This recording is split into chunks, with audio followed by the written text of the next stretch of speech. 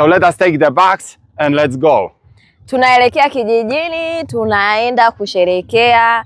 Mshindi wanaenda kuchagua mabegi, mshindi anapata zawadi. Atakayechagua begi ambalo lina zawadi atajinyakulia zawadi kwenye sikukuu hii ya Eid. So tunaenda kijijini. Okay. So I have these bags. Okay, let's go. Yeah, tunaelekea kijijini. Hizi ndo zawadi zetu za msimu huu. So which way, right? Maybe let's go first there and then we will. Yeah. Wanakijiji ambao watachagua begi, tuna begi 3. Ambao wanakijiji wakichagua katika hizi begi kuna zawadi.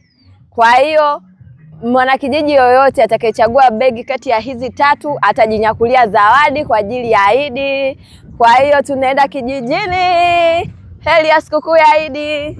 But okay, so in this household, let them choose just one bag and then we will go with 2 remaining bags to another house, okay? Okay. Let's go. Also nice place to relax. We should build something like that in our house. Yeah, good place. Ni sehemu nzuri kwa kweli, kijiji kizuri. Hi, habari. Mambo. How are you? Hello. Dada, mambo. Kwema. So where we will go, there or there? To go there. There? Yeah.